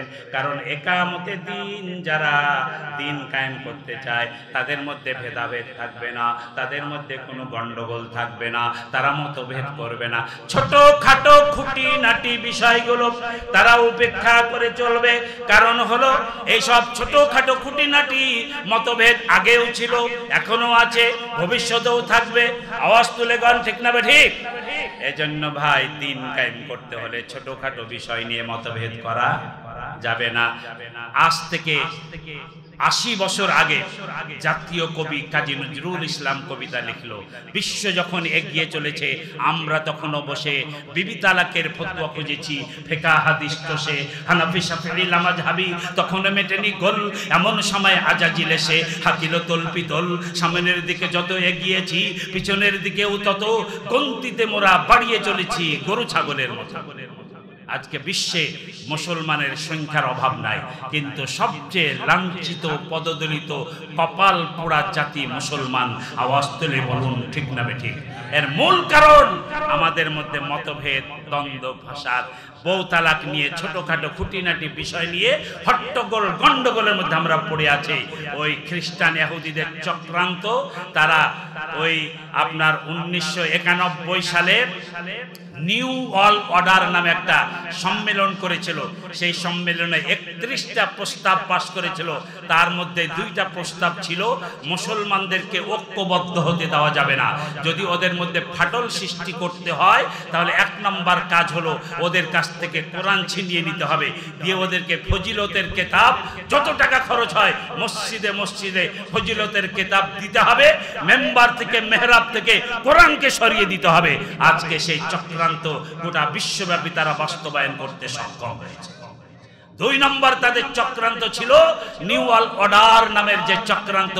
2 নম্বরে ছিল ছোট খাটো খুঁটিনাটি বিষয়ে হুজুরদের মধ্যে বাহাস লাগাই দিতে হবে, দ্বন্দ্ব লাগিয়ে দিতে হবে, কে হানাফি, কে শাফিঈ, কে লামাযহাবি, কে আপনার মাযহাব মানে কে মানে না, কে শিয়া, কে সুন্নি, এই দ্বন্দ্ব ফাসাদ লাগাইয়া দিয়া 2 রাকাত হবে না 4 রাকাত হবে, আল্লাহু আকবার জোরে হবে না আস্তে হবে, আমিন জোরে বলবেন আস্তে বলবে, আপনার রাফাদাইন করবে না, বুকে হাত বাঁধবে না, নাভির নিচে হাত বাঁধবে, টুপিটা লাল হবে না কালো হবে, পাগড়ি সবুজ হবে না সাদা হবে, এই নিয়ে হট্টগোল গন্ডগোল বাধাইয়া দিয়া মুসলমানদের মধ্যে বিভেদ সৃষ্টি করতে হবে। এটা ছিল ইহুদি খ্রিস্টানদের চক্রান্ত। বলুন, তারা সেই চক্রান্ত বাস্তবায়ন করতে সক্ষম হয়েছে কি হয় নাই? আজকে মুসলমান এই দ্বিধা বিভক্তির মধ্যে পড়ে আছে না নাই? জোরে কোন আছে না নাই? আজকে ইহুদি খ্রিস্টানদের চক্রান্তের বেড়া জালে মুসলমান আবদ্ধ হয়ে গেছে। ইসলামী দল করে, একজন নেতা আর একজনের নেতার ভালো ভাত দেখতে পারে না। মাদ্রাসার হুজুর এক মসজিদের ইমাম আর এক মসজিদের ইমামের ভালো ভাত দেখতে পারে না। এক হুজুর আর এক হুজুরের কল্যাণ কামনা করে না। আল্লাহ রাব্বুল আলামিন দ্বীন কায়েমের যারা, ইসলামী আন্দোলনের যারা কর্মী হবে, তাদের নির্দেশ দিয়া সূরাতুশ শূরা 13 নম্বর আয়াতে আল্লাহ বলেন, শারআ লাকুম মিনাদ-দীনি মা ওয়াসসা বিহি নূহা ওয়াল্লাযী আওহাইনা ইলাইক ওয়া মা ওয়াসসাইনা বিহি ইব্রাহিমা ওয়া মূসা ওয়া ঈসা আন আকিমুদ-দীন ওয়া লা তাতাফাররাকু ফি। লোগোর মধ্যে, মনোগ্রামের মধ্যে আন আকিমুদ-দীন শুধু লিখলে হবে না, তার পাশাপাশি লিখতে হবে ওয়ালা তাতাফাররাকু ফি, ঐক্যবদ্ধ থাকতে হবে। ঐক্যবদ্ধ না থাকলে কোনোদিনও দিন কায়েম হবে না। যদি দিন কায়েম করতে চান, কে কওমি, কে আলিয়া, কে পীর সাহেব, আর কে চরমুনায়, আর কে ফুলতুলি, আর কে 8 রশি, কে 16 রশি, সব মতভেদ আমাদেরকে ভুলে যেতে হবে। সকল দিন কায়েমের দলগুলোকে এক প্ল্যাটফর্মে ঐক্যবদ্ধ হতে হবে। আল্লাহ তাআলা বলছেন, আন আকিমুদ্দিনা ওয়ালা তাতাফাররাকু ফি। দিন কায়েমের আন্দোলন যদি করেন, আগে আপনাকে কায়েম করতে হবে। মতভেদ রাখা যাবে না। ছোটখাটো মতভেদ থাকতেই পারে, এগুলোকে উপেক্ষা করতে হবে। যারা বাংলার জমিনে দিন কায়েমের আন্দোলন করার নামে যারা ইসলামী দল গড়েছেন, আমি সকল দলের নেতাকে আহ্বান করব, আল্লাহর কোরআনের হুকুম অনুযায়ী ছোটখাটো ব্যক্তিগত দলীয় যেসব মতভেদ আছে সব ভুলে গিয়া বাংলাদেশে যতগুলো ইসলামী দল রয়েছে, যতগুলো মানহাজ রয়েছে, যতগুলো মাযহাব রয়েছে, যতগুলো মাদ্রাসা মসজিদ রয়েছে, এই মাদ্রাসা মসজিদের এই 3 লক্ষ 4 লক্ষ ইমাম মুয়াজ্জিন খাদেম যদি এক প্ল্যাটফর্মে ঐক্যবদ্ধ হয়ে যায়, সবাই মিলে যদি এক স্লোগান তুলে, কোনো সুদখোর, কোনো ঘুষখোর, কোনো চাঁদাবাজ, বেঈমান, বৈষম্য সৃষ্টিকারী ব্যক্তির জানাজার নামাজ হবে না। জানাজার নামাজ বন্ধ করে দাও। দেখো দিন কায়েম হয় কিনা। দুঃখজনক, 50 টাকা দিয়ে হুজুর কিনা পাওয়া যায় না, যার কারণে তো দিন কায়েম হচ্ছে না। ছোটখাটো খুঁটিনাটি বিষয় আমাদেরকে ভুলে যেতে হবে। একটা স্ববিরোধী কথা বলছি, রাগ করছেন?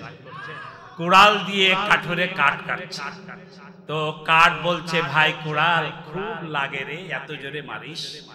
কুড়াল বলছে, এমনি মারি, তোর জাতের একখান অজাত আমার পিছনে ঢুকছে। কুড়ালের পিছনে যে একটা কাঠ থাকে, বাঁট থাকে, কি বলেন? বাঁট, তাই না? ওটা একটা কাঠ।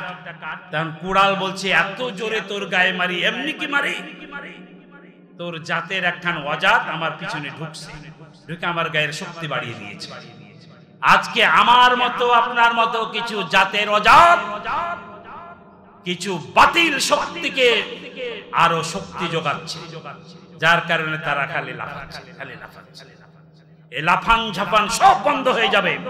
সারা বাংলাদেশের যত মসজিদ, যত মাদ্রাসা, যত খানকা আছে, সবাই নিজের ব্যক্তি মতভেদ সব ভুলে যান।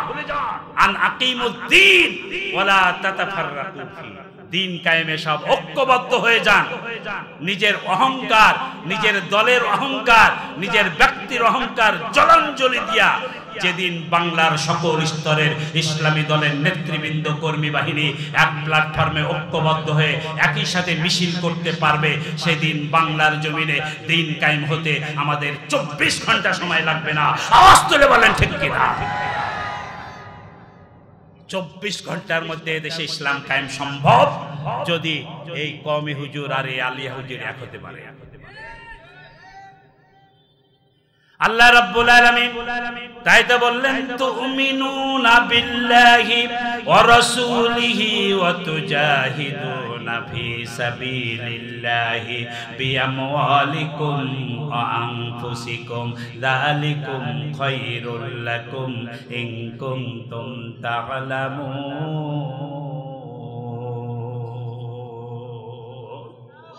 জোরে কান আল্লাহু আকবার।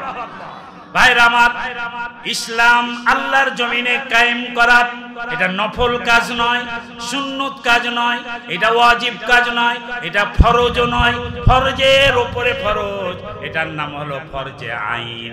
অবশ্যই পালন করতে হবে। যার ঈমান আছে, যার দেহে প্রাণ আছে, সে যদি নামাজি হয়, সে যদি হাজি হয়, সে যদি আল্লাহওয়ালা হয়, পরকালে যদি জাহান্নাম থেকে নাজাত পেতে চায়, আল্লাহর সুখময় জান্নাতে যেতে চায়, তাহলে সূরা সফের 10 এবং 11 নম্বর আয়াতে আল্লাহ তাআলা শর্ত দিয়ে দিলেন, ইসলামকে আল্লাহর জমিনে কায়েম করা প্রত্যেক মুসলমানের উপরে ফরজে আইন। এটা ফরজে আইন কাজ। প্রত্যেকটা মুসলমানকে ইসলাম কায়েমের আন্দোলনের সাথে সম্পৃক্ত থাকতে হবে। তার টাকা দিয়া হোক, আপনার সমর্থন দিয়া হোক, সাপোর্ট দিয়া হোক, আর মনের দিক দিয়ে ভালোবেসে হোক, যে কোনোভাবে হোক, আপনার অন্তরে অবশ্যই ইসলাম আল্লাহর জমিনে প্রতিষ্ঠিত হোক, কোরআনের বিধান কায়েম হোক, নবীর সুন্নত প্রতিষ্ঠিত হয়ে যাক। এই কামনা যার অন্তরে নাই, নবীজি বলছেন ওই ব্যক্তি যত বড়ই আলেম হোক, যত বড়ই মাওলানা হোক, যত বড়ই ইমাম হোক, ওই ব্যক্তির মৃত্যু হবে মুনাফিকি মৃত্যু। সে কোনোদিন ইমানদারের সাথে মৃত্যুবরণ করতে পারবে না। অতএব ইমানদারের সাথে ইমানি অবস্থায় কালমা পড়তে পড়তে আমরা কেউ যদি মৃত্যুবরণ করতে চাই, অবশ্যই আমাদেরকে ইসলাম কায়েমের পক্ষে আমাদেরকে সাপোর্ট দিতে হবে। ভাইরা আমার, বাবাজিরা আমার, 2 নম্বর লাভ হলো ইয়াগফির লাকুম যুনুবাকুম। যারা ইসলাম কায়েমের কাজ করবে, ছোটখাটো খুঁটিনাটি যদি তাদের কোনো অপরাধ হয়ে যায়, ভুলক্রমে যদি কোনো কাজ করে ফেলে, কোনো শয়তানের চক্রান্তে, পরিবেশ পরিস্থিতির কারণে, ওভারঅল কোনো দায়িত্ব পালন করতে গিয়া যদি কোথাও কোনো ত্রুটি হয়ে যায়, একমাত্র ইসলামের পক্ষে কাজ করার ওসিলায় আল্লাহ রাব্বুল আলামিন ওই ইসলামী আন্দোলনের কর্মীগুলোর জীবনের সমস্ত গুনাহখাতা নিজ গুণে মাফ করে দেবে। ভাইরা আমার, বাবাজিরা আমার, দুনিয়াতে এমন কোন মানুষ নাই যে বুক ফুলিয়ে বলতে পারে আমার জীবনে একটাও গুনাহ হয় নাই, আমি কোনো ভুল করি নাই, আমার কোনো অপরাধ নাই, আমার দ্বারা কোনো অপরাধ হয় নাই।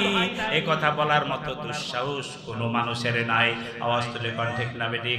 এই জাহিলিয়াতের যুগে, এই বর্বরিত অমানবিক যুগে, এই সব মানুষের যুগে, এই বৈষম্য বিরোধী আন্দোলন করতে গিয়া অনেক মানুষ অনেকভাবে ঠকেছে।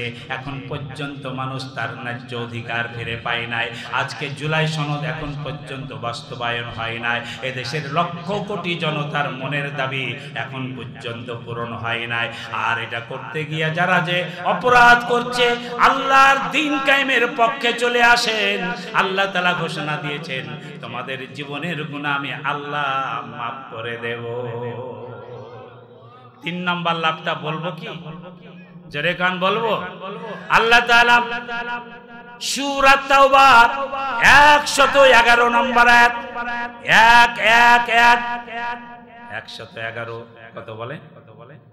111 নম্বর আয়াতের মধ্যে আল্লাহ রাব্বুল আলামিন আমাদেরকে বলছেন, ইন্নাল্লাহা আশতারা মিনাল মুমিনিনা আনফুসাহুম ওয়া আমওয়ালাহুম বিআন্না লাহুমুল জান্নাহ ইকাতিলুনা ফি সাবিলিল্লাহি ফায়াকতুলুনা ওয়া ইউকতালুন ওয়া'দান আলাইহি হাক্কান ফিত তাওরাত ওয়াল ইনজিল ওয়াল القرآن ومن أوفى بعهده من الله فاستبشروا ببيعكم الذي بايعتم به وذلك هو الفوز العظيم।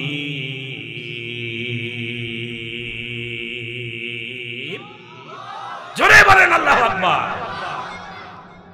শুকনো রুটিরে সম্বল করে, যে ইমান আর যে প্রাণের জোরে ফিরেছে জগৎ মন্থর করে, সে শক্তি আজ ফিরিয়ে আন।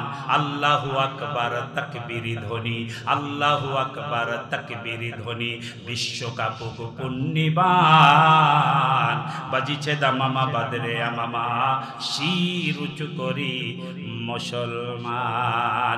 আরেকবার দুইখানা হাত তুলে জীবনে যত জোরে না বলেছেন তার চাইতেও জোরে আওয়াজ তুলে একসাথে সমস্বরে বলেন আল্লাহু আকবার। হচ্ছে না, হচ্ছে না। আমি লিল্লাহ তাকবীর বলবো, আপনারা একসাথে হাত তুলবেন লিল্লাহে তাকবীর। হচ্ছে না। ভারতের বর্ডার পেরিয়ে দিল্লির নরেন্দ্র মোদীর সিংহাসনে গিয়ে ধাক্কা মারবে এমন একখান আওয়াজ তোলার সাহস রাজশাহী মহানগরের মুসলমানের আছে? আওয়াজ তুলে কেন আছে? আর ওই হোয়াইট হাউসের ডোনাল্ড ট্রাম্পের যে সিংহাসন, ওটার মধ্যে প্রকম্পন সৃষ্টি করার মতো একখানা আওয়াজ উঠবে আজকের দিয়াউল কোরআন মাদ্রাসার আজকে মহাসম্মেলন থেকে। আওয়াজ তুলে বলেন ঠিক না বেঠিক? দুইখানা হাত তুলবেন একসাথে লিল্লাহে তাকবীর, নারায়ে তাকবীর। ভাইরা আমার, বাবাজিরা আমার, 3 নম্বর লাভের কথা বলছিলাম। আল্লাহ তাআলা বলেন, আমি আল্লাহ তাআলা ওই মুসলমান যারা ইসলাম কায়েমের সুন্নত পালন করতে চায়, যে সুন্নাতের জন্য নবীজি 13 বছর ধরে অত্যাচার নির্যাতন জুলুম সহ্য করেছেন, নিজের বাড়ি ঘর ত্যাগ করে নিজের জন্মভূমি ছেড়ে দিয়ে মদিনায় হিজরত করেছেন। মদিনাতে এসে 1টা 2টা 3টা নয় 40টা যুদ্ধ করেছেন, 27টা যুদ্ধে নিজে সেনাপতির দায়িত্ব পালন করেছেন। সেই নবী রেখে যাওয়া সুন্নাত সবচেয়ে বড় সুন্নাত। এটা হলো ইসলামকে আল্লাহর জমিনে, দ্বীনকে আল্লাহর জমিনে প্রতিষ্ঠিত করতে হবে। লিইউজহিরাহু আলাদ্দীনি কুল্লিহি ওয়ালাউ কারিহাল মুশরিকুন। মুশরিকদের গায়ে যতই জ্বালাতন হোক, যতই যন্ত্রণা হোক, আল্লাহর জমিনে আল্লাহর দ্বীন প্রতিষ্ঠা করা এটা নবীর সবচেয়ে বড় দায়িত্ব ছিল। আমরা সেই নবীর উম্মত, আমরা সেই নবীর অনুসারী, আমরা সেই নবীর সুপারিশ নিয়া পরকালে জান্নাতে যেতে চাই। অতএব জান্নাতে যদি যেতে চান আল্লাহর নবীর দেওয়া পথ অবলম্বন করতে হবে। সে আল্লাহর দেওয়া ব্যবসা, সেই ব্যবসার 1 নম্বর পুঁজি হলো আল্লাহর উপরে পরিপূর্ণ ঈমান আনতে হবে। 2 নম্বর পুঁজি হলো আল্লাহর নবীর অনুসরণ করতে হবে। 3 নম্বর পুঁজি হলো জান মাল দিয়া আল্লাহর রাস্তায় জিহাদ করতে হবে। আর এই জিহাদ যারা করবে তাদের ব্যাপারে সূরা তাওবার 111 নম্বর আয়াত আল্লাহ বলেন, ইন্নাল্লাহা আশতারা মিনাল মুমিনিনা আনফুসাহুম ওয়া আমওয়ালাহুম বিআন্না লাহুমুল জান্নাহ। হে মুসলমানেরা, তোমাদের 3 নম্বর লাভের কথাটা বলে যায়। যারা দুনিয়ার বুকে এই ব্যবসাটা করবে, নিজের জান দিয়া নিজের মাল দিয়া যারা আল্লাহর দেখানো এই ব্যবসাটার সাথে জড়িত হয়ে যাবে, ব্যবসাটা হলো আল্লাহর জমিনে দ্বীন কায়েম করা, এটা হলো ব্যবসা। আর এই ব্যবসার জন্য যারা জান দিবে, যারা মাল দিবে, আল্লাহ তাআলা বলেন, আমি আল্লাহ তাআলা বিনিময়ে আমি ওয়াদা করে দিলাম, আমি আল্লাহ তাআলা বিনিময়ে তাদেরকে জান্নাত দিয়ে দেব। মান আওফা বিআহদিহি মিনাল্লাহ। হে দুনিয়ার মানুষ, তোমরা বলো দেখি, আল্লাহর চেয়ে বড় ওয়াদা পালনকারী আর কেউ আছে কি? জোরে কান আছে? আল্লাহ হচ্ছেন সবচেয়ে বড় ওয়াদা পালনকারী। ওয়াদান আলাই হাক্কান ফিত তাওরাত ওয়াল ইনজিল ওয়াল কুরআন। আল্লাহ তাআলা ওয়াদা করেছিলেন তাওরাতে, ওই ইহুদিরা অমান্য করেছে, আল্লাহর ওয়াদাকে তারা বিশ্বাস করে নাই। আল্লাহ তাআলা ওয়াদা করেছিলেন ইনজিলে, ওই খ্রিস্টানেরা আল্লাহর সাথে ওয়াদা খেলাপ করেছে, আল্লাহর ওয়াদা মতো তারা কাজ করে নাই। আল্লাহ তাআলা ওয়াদা করেছেন কোরআনে, যারা ইসলামের কাজ করবে, দ্বীন কায়েমের কাজ করবে, আল্লাহ তাআলা অবশ্যই তাদেরকে জান্নাত দেবেন।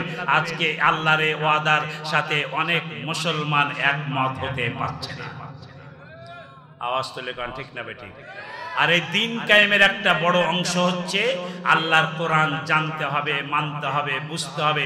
কোরআন না জেনে ইসলামী আন্দোলন করে 1 আনাও লাভ হবে না। আমি দেখি ইসলামী আন্দোলনের বড় বড় নেতা কোরআন সহি শুদ্ধ পড়তে পারে না।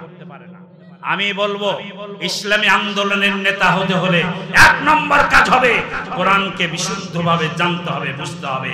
আওয়াজ তুলে কোন ঠিক না বেঠিক? এটা হলো ফরজ কাজ। এটা জানার জন্য হাজার হাজার নুরানি মাদ্রাসা, হাজার হাজার হাফিজিয়া মাদ্রাসা, হাজার হাজার কওমি মাদ্রাসা, হাজার হাজার আলিয়া মাদ্রাসা প্রতিষ্ঠিত হয়েছে। বয়সের কোনো তারতম্য নেই। নবীজি বলেছেন উতলুবুল ইলমা মিনাল মাহাদি ইলাল লাহাদি, দোলনা থেকে কবর পর্যন্ত জ্ঞান অর্জন করো। আল্লাহর নবী যখন 40 বছর বয়সে নবুয়ত পেয়েছিলেন, নবীর যারা ছাত্র ছিল, নবীর যারা সাহাবী ছিলেন, কারো বয়স 8, কারো বয়স 10, কারো বয়স 40, কারো বয়স 50, 60 পর্যন্ত ছিল। তাহলে ছোট থেকে বড় সবাই নবীর ছাত্র ছিল, ঠিক না ঠিক? তাহলে ছোট বড় সবাই নবীর ছাত্র ছিল। কি শিখতো তারা? নবীর কাছে দারুল আরকামে গিয়ে কোরআন শিখত। তাহলে ইসলামী আন্দোলনের কর্মীর 1 নম্বর কাজ হচ্ছে সহি শুদ্ধভাবে কোরআন জানতে হবে, মানতে হবে, শুনতে হবে। 2 নম্বর কাজ হচ্ছে কোরআন অনুযায়ী মানব জাতিকে হেদায়েত করতে হবে, প্রশিক্ষণ দিতে হবে। কোরআনের প্রশিক্ষণ যে দলে আছে, যেই দলে প্রতিদিন কোরআন পাঠ করার কর্মসূচি আছে, যেই দলে প্রতিটা মিটিংয়ে প্রোগ্রামে কোরআন তেলাওয়াতের ব্যবস্থা আছে, যেখানে কোরআন শিক্ষার ব্যবস্থা আছে, সেই দল করা মুসলমানের উপরে ফরজ। আওয়াজ তুলে কোন ঠিক না ঠিক? যেই দলে কোরআন শিক্ষা দেওয়া হয় না, যে দলে কোরআনের তালিম থাকে না, যাদের রিপোর্টে কোরআন পাঠ করার কোনো ব্যবস্থা থাকে না, হাদিস পাঠ করার কোনো ব্যবস্থা থাকে না, ওই ধরনের দলের সাথে কোনো ইমানদারের 1 পরিমাণ সম্পর্ক রাখা জায়েজ হবে। কোনো আলেম আরেক আলেমের বিরুদ্ধে কথা বলবেন না, কোনো ইমাম আরেক ইমামের বিরুদ্ধে কথা বলবেন না, কওমিরা আলিয়ার বিরুদ্ধে কথা বলবেন না, আলিয়ারা কওমিদের বিরুদ্ধে কথা বলবেন না, কোনো মাযহাব আরেক মাযহাবকে গালি দিবেন না, এক দল আরেক দলকে গালি দিবেন না, এক পীরের মুরিদ আরেক পীরের মুরিদকে গালি দিবেন না। যে যেখানে যে অবস্থায় আছেন সেখান থেকেই সবাই একমত হয়ে যান। বাংলার জমিনে আন আকিমুদ্দিন, যারা দ্বীন কায়েমের কাজ করবে, আমরা সবাই তাদের সাথে ঐক্যবদ্ধ হতে চাই। আওয়াজ তুলে বলেন ঠিক না ঠিক? আগামী দিনে বাংলার জমিনে দ্বীন কায়েমের জন্য যদি ডাক আসে, হে রাজশাহী মহানগরীর ছোট বড় সকল স্তরের মুসলিম জনতা, আমি আপনাদের কাছে জানতে চাই, সেই ডাকে সাড়া দিয়ে ঐক্যবদ্ধ হওয়ার দুঃসাহস কার কার আছে? 2 খানা হাত তুলে আল্লাহরে দেখাও।